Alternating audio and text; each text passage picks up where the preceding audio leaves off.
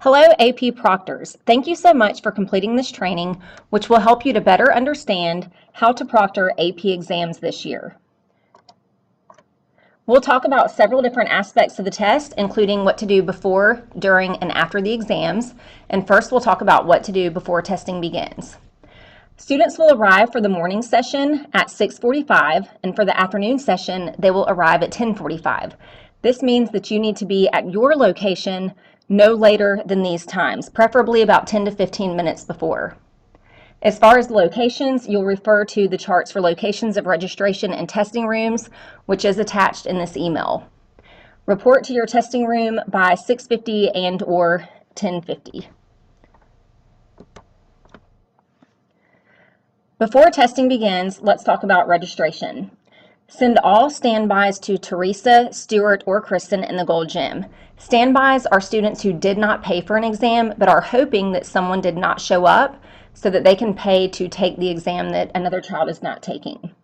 Registration for the exams will begin at 7 o'clock in the morning and 11 o'clock for afternoon exams.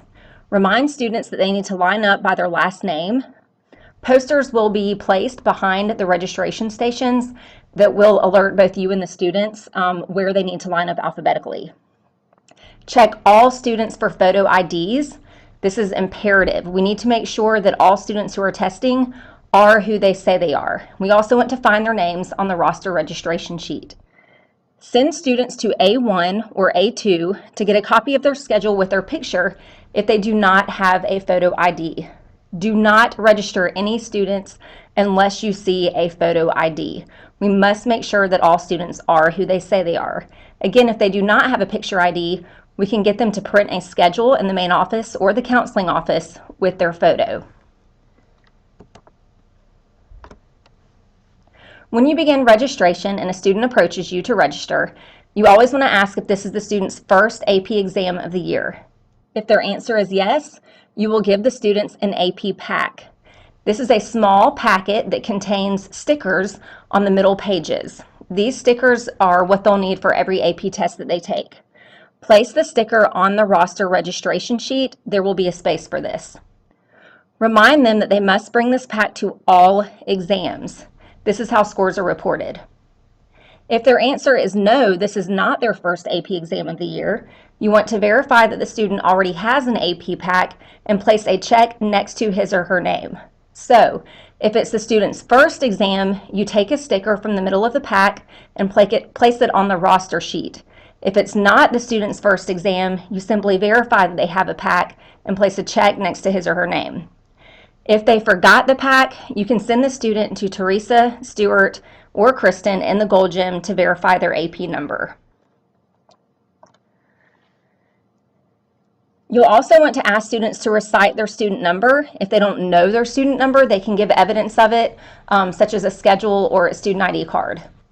If they don't know their number, you want to write it on a Post-it for them because they will need it to bubble on their answer sheet.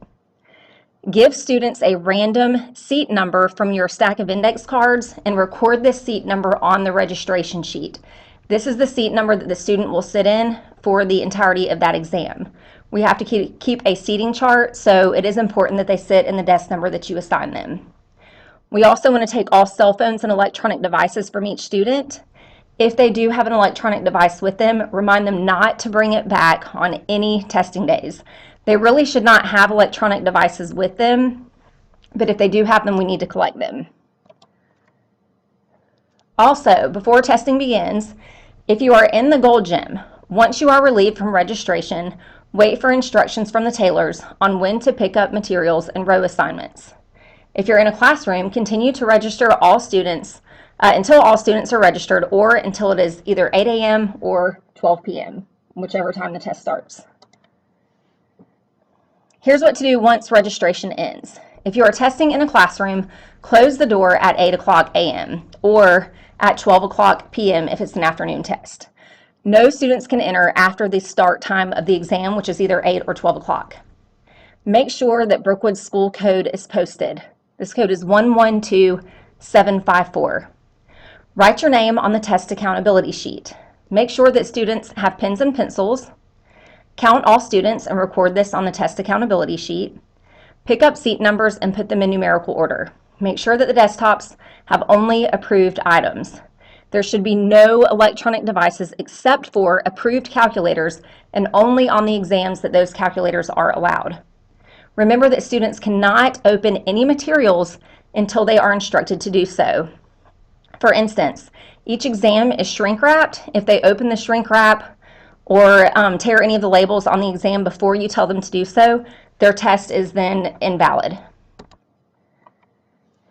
During testing, some of the starting instructions are, if you're in the gold gym, the tailors will read the instructions, and they'll begin no later than either 7:30 or 11:30, depending on the start time of the exam.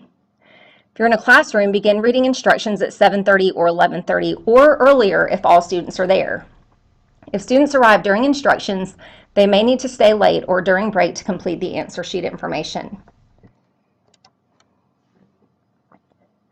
Remind students of the closest bathrooms, and these are the only bathrooms they can use. We don't want them wandering around the building during AP testing. Walk around to make sure students are in the right place during instructions. If there is more than one teacher of a course, students will be given a code to bubble to indicate their specific teacher. For instance, if there are 3 teachers teaching a course, each of those teachers will be assigned a number based on alphabetical order. So if they have a certain teacher, they'll bubble, teacher number 1 or teacher number 2 or teacher number 3. This is very important because this is how teachers receive the scores for how their students did. If you are testing in a classroom, write the beginning and ending time of each section on the board. If you're testing in the gym, this will be done for you. Remember to pick up trash as students open exam packets, but it's important not to throw away any white sticky labels. Please remind students not to throw these away as they will need them to seal the written portion of their exams. Make sure students place their AP packs under their desk while testing. Monitor students during the test by walking up and down the rows. Some exams require calculators, but it's important to be familiar with which calculators are allowed and which are not. Here are some examples of devices not allowed in the exam rooms that you can be more familiar with them. Students should not have devices with a touchscreen or a stylus. Examples of this include a Palm Pilot, a Casio class pad, or any sort of pocket organizer.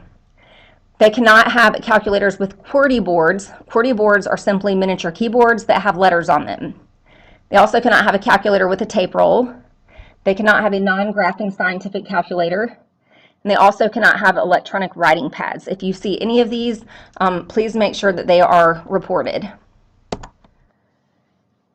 During testing, there are restroom breaks for students. Students may go to the restroom alone at any time. Of course, we encourage them only to go to the restroom if it is an extreme emergency. They should not take exam materials with them to the restroom.